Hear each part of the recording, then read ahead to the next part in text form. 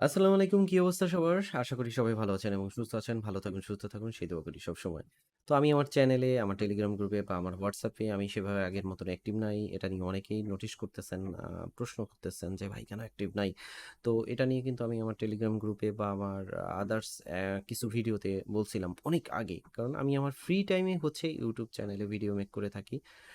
আর হচ্ছে আমার টেলিগ্রামে বা আমার হোয়াটসঅ্যাপে আমি রিপ্লাই দিয়ে থাকি। এগুলো যারা পুরাতন আছেন তারা জানেন, যারা নতুন তারা জানেন না। তো যারা এখন পর্যন্ত আমার টেলিগ্রাম গ্রুপের সাথে অ্যাড নাই, আপডেট প্রত্যেকটা বিষয় আপডেট জানার জন্য আপনারা টেলিগ্রাম গ্রুপে অ্যাড হতে পারেন। নিচে ডিসক্রিপশনে লিঙ্ক পেয়ে যাবেন।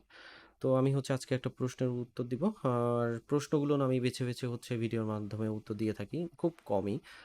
কারণ হচ্ছে যে প্রশ্নটা সবার জানা প্রয়োজন, প্রশ্নের উত্তর, সেই ক্ষেত্রে হচ্ছে ভিডিওটা মেক করা হয়। অন্যথায় হচ্ছে আমি রিপ্লাই প্রদান করে থাকি ছোটোখাটো হইলে। তো এখানে হচ্ছে সাহেল তালুকদার 2024 এই আইডি থেকে একটা প্রশ্ন করছেন, ভাই স্কিল থেকে ইউএসডি ব্যাংক অ্যাকাউন্টে আনলে কি ব্যাংক কোশ্চেন করবে না? না, করবে না। যে এটা কিসের ইনকাম প্রুফ দাও, submit freelancing account profile type question? না। স্কিল দিয়ে আনা ইউএসডি অ্যাকাউন্ট কি ব্যাংক ব্লক করে দিতে পারে না? না, পারে না। আচ্ছা, এবার আপনাকে ক্লিয়ার করে উত্তর কিন্তু দেওয়া হয়ে গেছে না, না, না। ওকে। তো বাংলাদেশে হচ্ছে দুইটা পেমেন্ট গেটওয়ে হচ্ছে বৈধ, একটা হচ্ছে পেনিয়র আর একটা হচ্ছে স্কিল অ্যাকাউন্ট। তো পেনিয়র এবং স্কিল এই দুইটা মাধ্যম হতে আপনি বৈধভাবে বাংলাদেশের ব্যাংকে বা বিকাশের মাধ্যমে এখন করা যাচ্ছে, টাকাটা নিয়ে আসতে পারেন। এটা বৈধ চ্যানেল, সোজা কথা।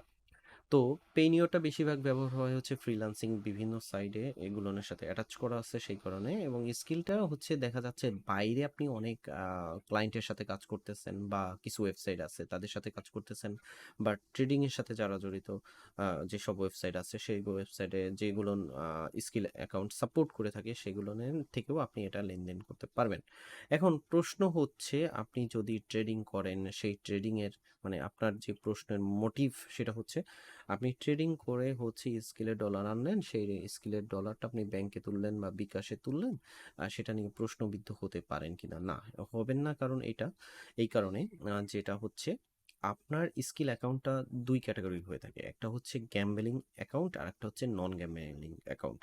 যেটা হচ্ছে আপনি যখন অ্যাকাউন্ট ক্রিয়েট করবেন তখন এটাকে আপনাকে সিলেক্ট করে দিতে হয়।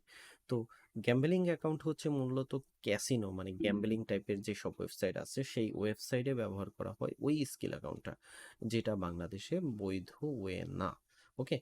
আর নন গ্যাম্বলিং যে অ্যাকাউন্ট আছে স্কিলের, সেটা দিয়ে আপনি বৈধভাবে বাংলাদেশের রেমিটেন্স আনতে পারবেন এবং আপনাকে ব্যাংকেও একটা পার্সেন্টেজ দিবে আপনি যে রেমিটেন্সটা আনতেছেন সেটার উপরে। ওকে। অতএব আপনি যদি এখানে ট্রেডিংটা করে থাকেন, ট্রেডিং এর ক্ষেত্রে আপনি যদি ফরেক্স ট্রেডিং করে থাকেন, আহ, কিছু কিছু binary option trading skill support দিয়ে থাকে, কিন্তু সেখানে আবার ওই ব্রোকার গ্যাম্বলিং অ্যাকাউন্ট সাপোর্ট দেয় না নন গ্যাম্বলিং অ্যাকাউন্ট সাপোর্ট দেয়, সেটাও আপনাকে জানতে হবে। যেগুলো হচ্ছে মিক্সড ব্রোকার সেগুলো আপনি নন গ্যাম্বলিং এর মাধ্যমে আনতে পারতেছেন। আর যদি মিক্সড ব্রোকার না হয়ে থাকে তাহলে গ্যাম্বলিং হিসাবে ধরা হয়, কারণ বাইনারি এবং অপশন ট্রেডিংটা হচ্ছে গ্যাম্বলিং, সোজা কথা। ফরেক্স ট্রেডিং, স্পট ট্রেডিং এগুলো হচ্ছে নন গ্যাম্বলিং অ্যাকাউন্টের সাথে সম্পৃক্ততা হয়ে থাকে। তো এই হচ্ছে বিষয়, আশা করি জিনিসটা বুঝতে পারছেন। আর এখানে অ্যামাউন্টের যে ব্যাপার আছে, আপনি 5 লাখ, 10 লাখ, 20 লাখ, 30 লাখ যে অ্যামাউন্টই ইনকাম করেন না কেন সেটা রেমিটেন্সের মাধ্যমে আপনি ঢুকাইতে পারবেন। এটা নিয়ে ব্যাংক কর্মকর্তারা কোনো প্রশ্ন করে না, এক্ষেত্রে কোনো বাধ্যবাধকতা নাই। তবে স্কিল দিয়ে আপনি ব্যাংকের মাধ্যমে যদি স্কিলে ডিপোজিট করতে চান কোনো কার্ডের মাধ্যমে, সেটা নিয়ে কিন্তু বাধ্যবাধকতা এখন আছে। কারণ বাংলাদেশ ব্যাংক থেকে হচ্ছে ডিপোজিটের যে ওয়েগুলো আছে সেগুলো কিন্তু স্টপ করে দেওয়া আছে বর্তমানে লাস্ট আপডেট অনুযায়ী।